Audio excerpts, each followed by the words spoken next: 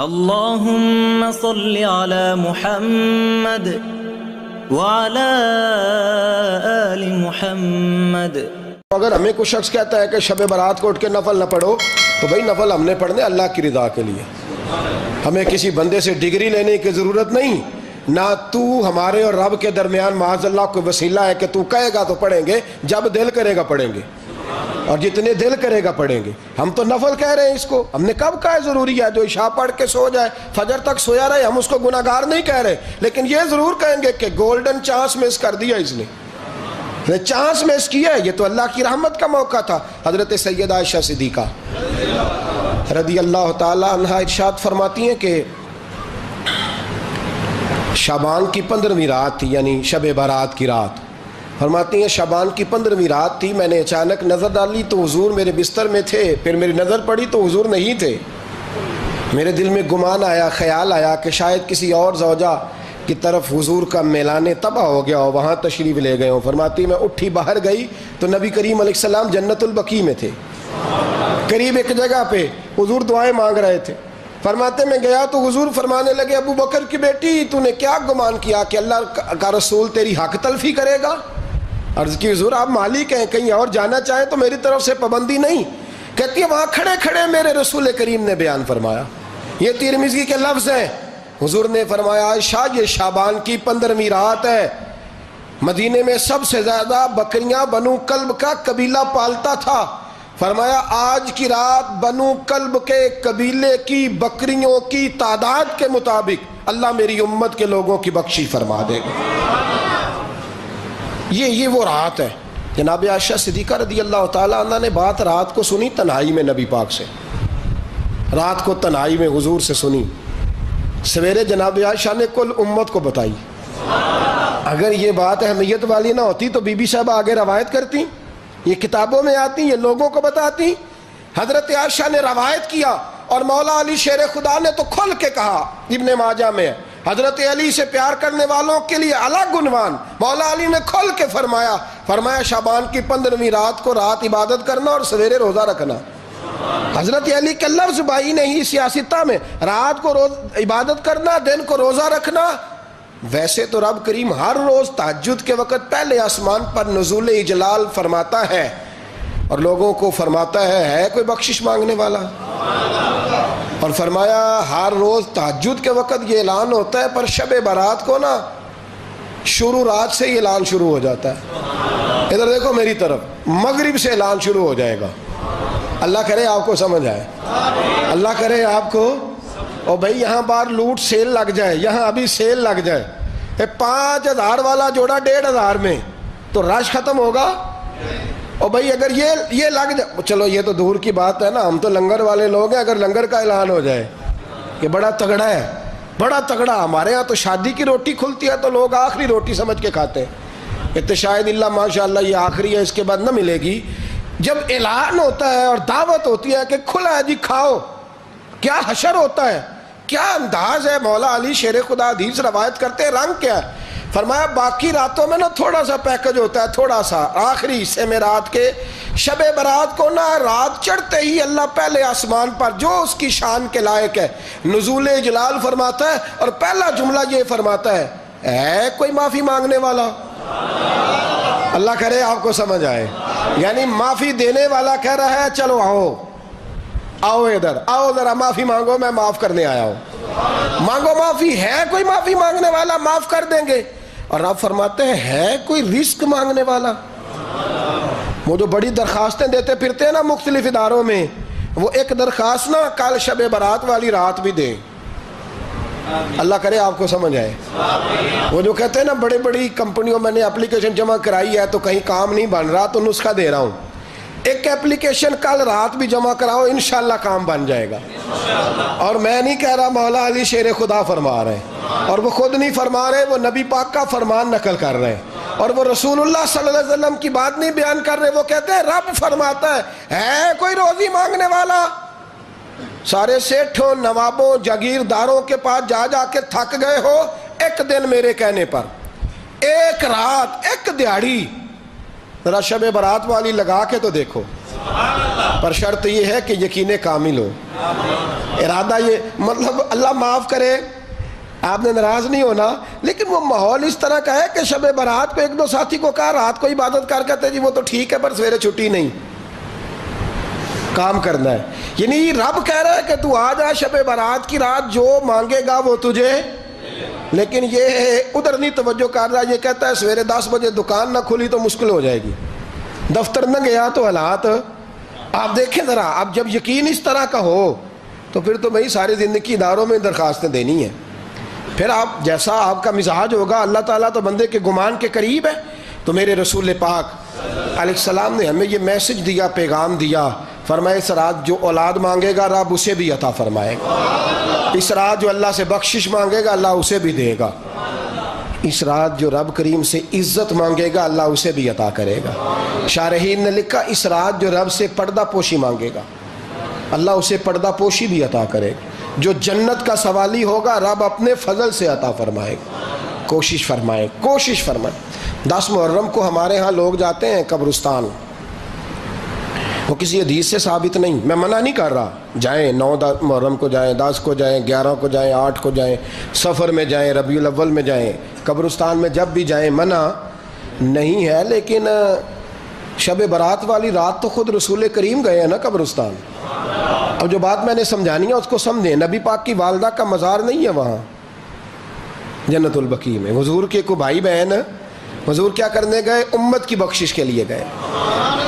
شب برات کی رات لالچی نہ بنے کہ صرف میں نے اپنے لیے روزی مانگنی ہے، کل امت کے لیے مانگے رب کریم سے.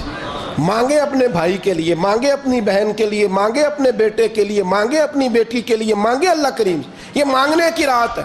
پچھلی راتی رحمت رب دی کرے بلند آوازہ، بخشش منگن وارے کارن کھلا جے دروازہ. آئیں اللہ کی بارگاہ میں اس رات کو کھل کے دعا مانگیں. قبرستانوں میں نہ کچھ قبریں ایسی ہیں کہ جو بتاتی ہیں کہ سالوں بیت گئے ہیں کوئی آیا نہیں. کچھ قبریں بتاتی ہیں. اور کچھ بڑے قبرستان بڑے شہروں میں ایسے بھی ہیں کہ جن کا گورکن کہتا ہے کہ مجھے کمیٹی نے کہہ دیا ہے جہاں 4-5 سال کوئی نہ آئے وہاں نئی قبر بنا دیا کرو. وہاں نئی قبر بن جاتی ہے معاذ اللہ. او بھائی کچھ ہیں ایسے، کچھ ہیں.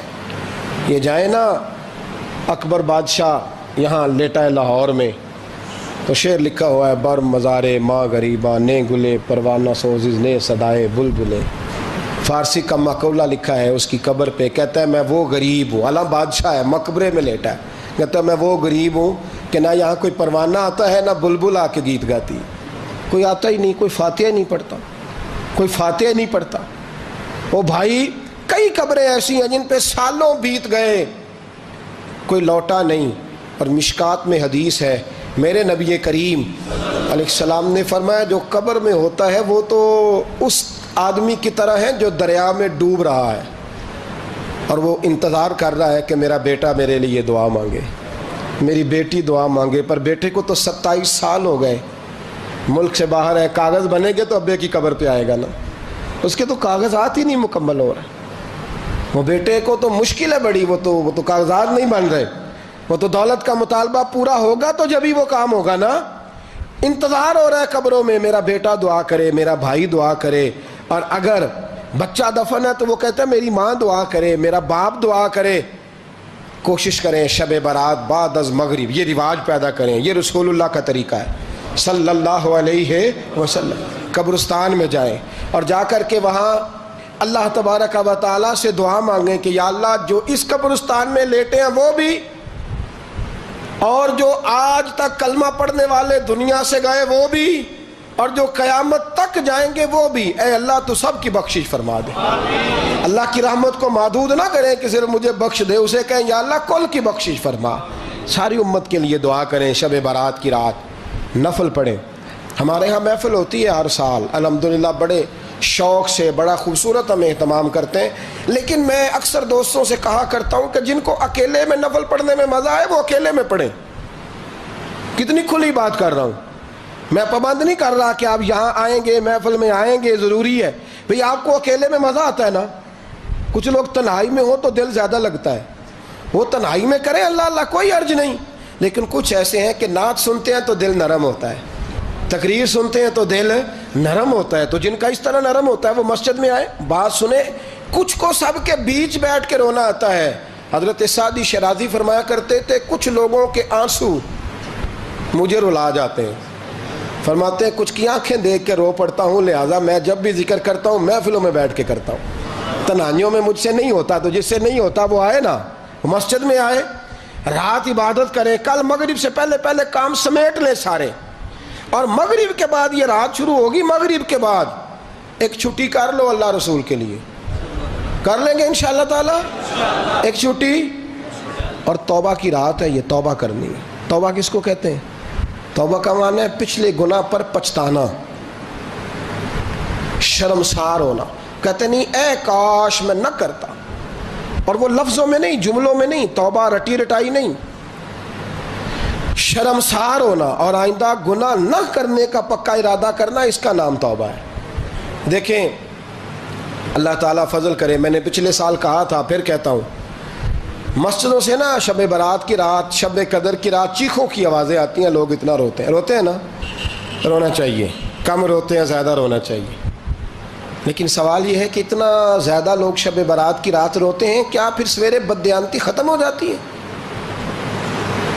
جو رات مسجد میں کھل کے رو کے آیا ہے اس کا پروگرام ہے نا کہ اب ملاوٹ کبھی نہیں کرے گا, اب گاہکوں سے جھوٹ کبھی نہیں بولے گا, اب وہ بددیانتی کا معاملہ کبھی نہیں کرے گا. لیکن رات روتا بھی رہے اور سویرے پروگرام یہ ہو کہ میں نے پھر لوگوں کو فریب دینا ہے, داؤ لگانا ہے, تو اس نے توبہ کیا رات کے, یہاں بس یہ ایکٹنگ کر کے لوٹ آیا ہے. یعنی بڑی سجا بنا کر کے, سوار کر کے رات توبہ کی. کیا مطلب ہے توبہ کا؟ کہ توبہ آپ نے کی. حضرت حسن بصری سے کسی نے کہا توبہ کیا ہے؟ فرمانے لگے توبہ یہ ہے کہ جس گلی سے رب نے تجھے منع کیا ہے دوبارہ پھر تو اس گلی میں نظر نہ آئے, تو نظر ہی نہ آئے. اور جس جگہ جانے کا رب نے تجھے حکم دیا ہے پھر تو دوبارہ وہاں سے غیر حاضر نہ ہو. اگر یہ پروگرام ہی نہیں, ارادہ ہی نہیں.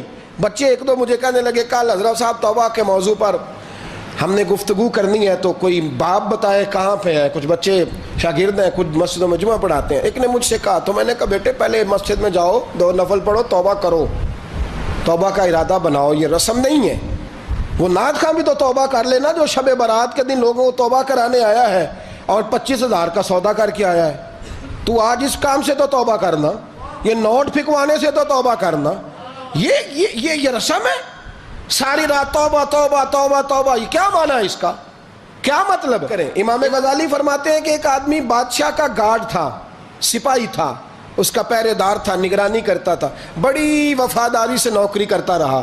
بادشاہ نے اسے تنخواہ کے علاوہ بھی بڑا نوازا, بڑا نوازا, بڑا نوازا. اسے بادشاہ نے بڑے الاؤنسز دیے, بادشاہ نے بڑا کچھ دیا, مکان دیا. کچھ سالوں کے بعد بادشاہ کو پتا چلا کہ یہ میرے لیے نہیں آتا تھا, اس کی تو میری کنیز پر نظر تھی, اس نے تو رات کی ڈیوٹی اس لیے لگوائی تھی کہ کنیز پر نظر تھی.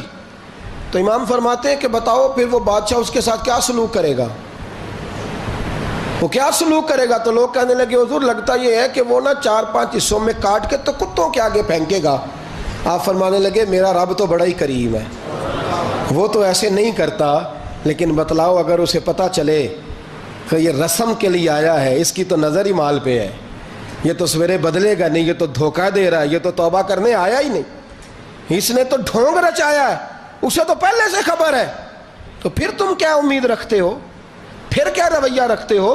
شب برات کی رات دھاڑے مار مار کے رونا اور صبح اسی طرح دھوکہ دینا, اسی طرح فریب کرنا, اسی طرح جھوٹ بولنا, اسی طرح بددیانتی کرنا, اسی طرح لوگوں کو لوٹنا. تو یہ رسم نہیں ہے توبہ. توبہ تو بدل جانے کا نام ہے, توبہ تو پھر سنور جانے کا نام ہے. توبہ تو اس طرح ہے جس طرح حضرت ابراہیم ابن ادھم نے کی تھی. وقت کے بادشاہ تھے بادشاہ, جب توبہ کی تو پھر ہر چیز چھوڑ دی, پھر مال لوگوں میں بانٹ دیا اور پھر ٹاٹ کا لباس پہن کر زندگی گزاری. لوگوں نے کہا حضور یہ تبدیلی ہے. فرمایا تبدیلی نہیں, یہ میری توبہ ہے, یہ میری توبہ ہے. جب توبہ کی تو پھر بدل کے کی, جب توبہ کی تو پھر تبدیل کیا آپ نے. یہ کیا توبہ ہوئی؟ ساری رات روتے رہے, سویرے دکان پہ جا کے پھر قسم اٹھائی کہ مجھے تو پڑتا ہی 11,000 کا ہے. یہ توبہ ہے؟ تو آپ نے اور میں نے توبہ کرنی ہے تو انشاءاللہ تعالیٰ اس طرح کرنی ہے کہ پھر 15ویں شعبان کو بدل جائے. یہ جو موقع آتے ہیں نا شب برات کے، شب قدر کے، یہ بنیادی طور پر اللہ تعالیٰ کی طرف سے دی ہوا موقع ہوتا ہے کہ چلو تمہیں چانس دیتے ہیں، تمہیں چانس دیتے ہیں. پابندی کوئی نہیں، لیکن رب کی طرف سے نا موقع ملتا ہے، چلو تمہیں ایک موقع دیتے ہیں، چلو اپنے آپ کو کلیئر کر لو، تمہیں موقع دیتے ہیں. یا اللہ کیا کرے، کچھ بھی نہیں، آ کے نا سچے دل سے 2 رکعتیں پڑھ کے توبہ کرو، عرش کا مالک پچھلے سارے ہی معاف کر دے گا. کچھ بھی نہیں، آؤ موقع ہے. ان لوگوں کی باتوں پہ نہ جائیں جو بلا وجہ پریشان کرتے ہیں.